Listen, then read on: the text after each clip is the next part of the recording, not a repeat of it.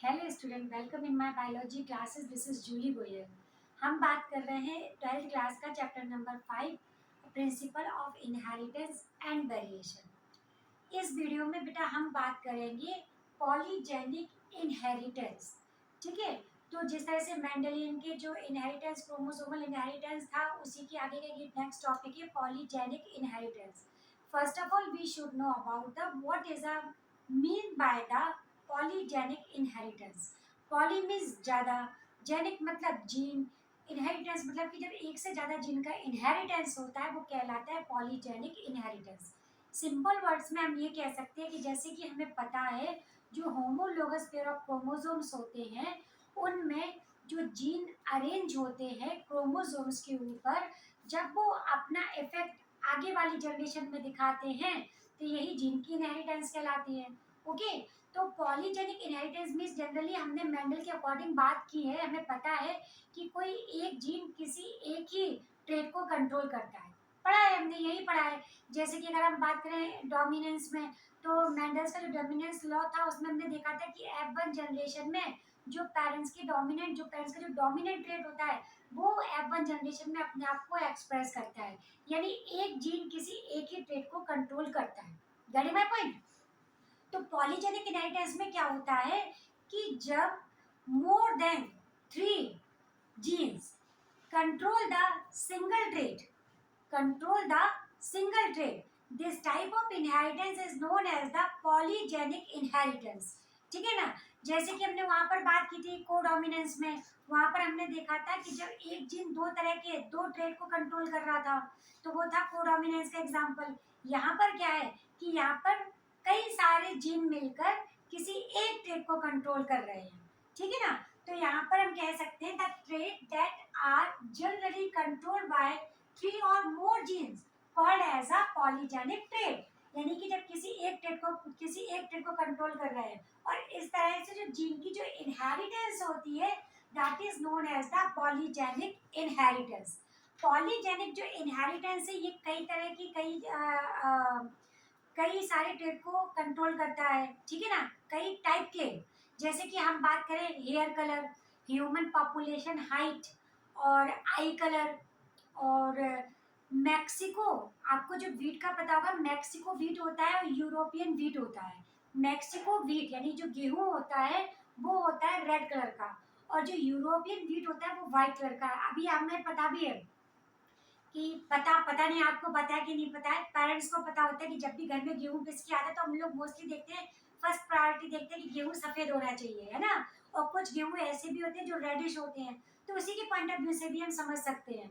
तो यहाँ पर क्या होता है कि जब ये जो जीन्स होते हैं इसमें भी पॉलीजेनिक इनहेरिटेंस का एग्जांपल देखने को मिलता है कि जब मैक्सिको वीट जो रेड कलर का होता है जब उसका क्रॉस यूरोपियन वीट से कराते हैं यानी व्हाइट कलर की वीट से कराते हैं, तो हमें जो F1 जनरेशन में देखने को मिलता है तो उसमें इंटरमीडिएट कलर देखने को मिलता है, यानी कि ना तो वो एकदम प्योर रेड होगा ना ही एकदम व्हाइट होगा, बीच का कलर होगा। Getting my point? इसी तरह से यहाँ पर पॉलीजेनिक इनहेरिटेंस में जो एनसीईआरटी में given example that is a human skin colour, that is a human skin colour best example. तो हम इसी के ऊपर बात करते हैं। तो first of all we should know about that. Listen बेटा, जो भी हम आपको वीडियोस में बताते हैं और जो भी आपको एक्सप्लेन करते हैं ऑलमोस्ट 99% सारा का सारा एनसीईआरटी फॉलो किया गया है, लेकिन इसके जो क्वेश्चंस है ना बेटा वो सारे के सारे नीट लेवल के हैं, लेकिन जितनी हमने स्टडी किया है और जो हम आपको प्रोवाइड कराना चाह रहे हैं वो थोड़ा सा अपग्रेड है ना? तो इसलिए उसको जितना भी हमने आपको एक्सप्लेन किया उसको भी नोट करिए। ओके, तो यहाँ पर जैसे कि सीवी डेवनपोर्ट, सीवी जो डेवनपोर्ट थे एक साइंटिस्ट है, इन्होंने ह्यूमन पॉपुलेशन पर स्किन कलर के ऊपर स्टडी किया, है ना? अब हमें पता है कि जो स्किन कलर में जो पिगमेंटेशन होता है, स्किन कलर का जो पिगमेंटेशन होता है that is known as melanin. Melanin यानी कि अगर हमारी बॉडी में यानी ह्यूमन पॉपुलेशन में अगर मेलानिन ज्यादा होगा तो स्किन का कलर भी डार्क होगा, है ना? यानी कि कई लोग बहुत सांवले होते हैं, एकदम काले जैसे होते हैं, कई लोग बहुत गोरे होते हैं, ये हमने देखा है। तो वहां पर क्या होता है कि जितना ज्यादा कॉम्प्लेक्शन आपका डार्क होगा उतना ज़्यादा मेलानिन ज़्यादा होता है और ये डोमिनेंट ट्रेट होता है। और जितना लाइट कलर होगा, जितने गोरे होंगे, उतना मेलानिन कम होता है, ठीक है ना। तो इसी का एग्जांपल की हम बात कर रहे हैं, तो जो मेलानिन होता है वो ग्रीन स्किन पिगमेंटेशन होता है।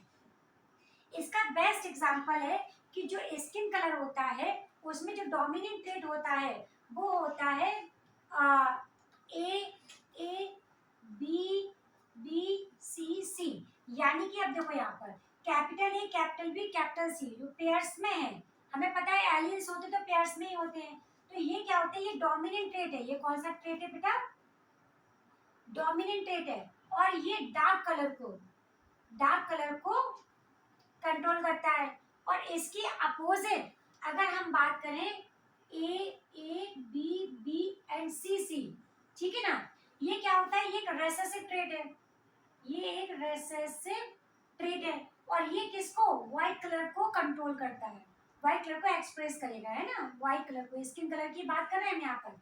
अब मान लो दो पेरेंट्स हैं, इनकी अगर मैरिज होती है तो इनसे आने वाली जो जनरेशन हैं उसमें काफी हद तक चांसेस हैं। बिल्कुल हम ऐसा नहीं बोल रहे हैं कि वो डार्क कलर का ही होगा, डार्क कलर का भी हो सकता है और व्हाइट कलर का भी हो सकता है, लेकिन मैक्सिमम जो चांसेस हैं वो हमें क्या देखने को मिलते हैं, वो चांसेस हमें देखने को मिलते हैं F1 जनरेशन में नॉर्मल यानी इंटरमीडिएट।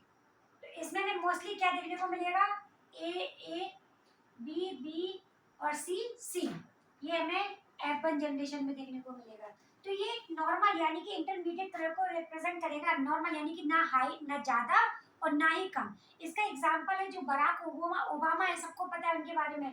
तो इनके जो फादर थे वो नीग्रो, उनके फादर जो है वो नीग्रो, और उनकी जो मदर है वो एकदम व्हाइट कलर की। और इनकी जब आपस में मैरिज हुई तो जो ओबामा हुए उनका कलर मीडियम था, ना तो बहुत ज्यादा डार्क कलर था और ना ही बहुत ज्यादा था, नहीं सॉरी है, ना तो बहुत ज्यादा डार्क कलर है और ना ही बहुत ज्यादा व्हाइट कलर है। ओके, तो इसी तरह से अगर हम ह्यूमन पॉपुलेशन की बात करें, अगर हम इसमें एक सिंपल से एग्जांपल देखते हैं कि जैसे अगर हम एक मान लो ह्यूमन पॉपुलेशन की बात करें, तो ह्यूमन पॉपुलेशन में जनरली जो हाइट है ह्यूमन की वो मोस्टली कितनी होती है, 4 तो कम हो गई, 4 से 5।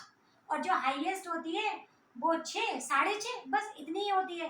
लेकिन ह्यूमन पॉपुलेशन में अगर हम बात करें तो हमें मीडियम रेंज देखने को मिलती है। ऐसा नहीं है कि लो रेंज, कम हाइट के भी लोग होते हैं, लार्ज हाइट के भी, एक्स्ट्रा जो ऑर्डिनरी होती है ज्यादा लंबी होती है वो भी होती है, लेकिन एक मीडियम ऑप्टिमम रेंज देखा जाए तो बीच का होता है, यानी कि 5 to 6 के बीच में नॉर्मली मिलता है। तो इसी तरह से अगर हम बात करें जैसे टॉल की, यानी शॉर्ट पर्सन होते हैं और टॉल पर्सन होते हैं, अगर इनके बीच में अगर हम देखें तो जनरल रेशियो देखने को मिले तो वो जनरल रेशियो कौन सा देखने को मिलता है बेटा, इंटरमीडिएट मिलता है, यानी कि एक ऑप्टिमम रेट पर देखने को मिलता है, ना ज्यादा और ना कम। आई होप समझ में आ रहा होगा। तो यहाँ पर बात करने की मतलब ये है कि जो इंटरमीडिएट कलर देखने को मिलते हैं, जो बीच के कलर देखने को मिलते हैं स्किन पिगमेंटेशन में, तो इस तरह के पर्सन को मुलेटोस बोलते हैं। क्या बोलते हैं, मुलेटो। मुलेटो, मुलेटो क्या होता है, मुलेटो मीन्स जिनका कलर सिंपल प्लेन यानी कि बीच का कलर होता है।